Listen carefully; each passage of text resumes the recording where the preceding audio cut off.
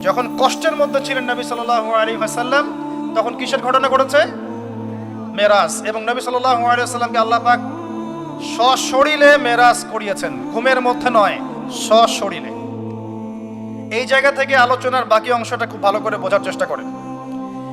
নবী সাল্লাল্লাহু আলাইহি ওয়াসাল্লাম এশা সালাতের পরে শুয়ে আছেন, কথা বন্ধ করেন।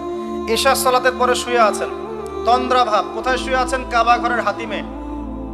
কাবা ঘরের হাতিমে একজন ফেরেশতা আসলেন, তার নাম জিবরাইল আলাইহিস সালাম।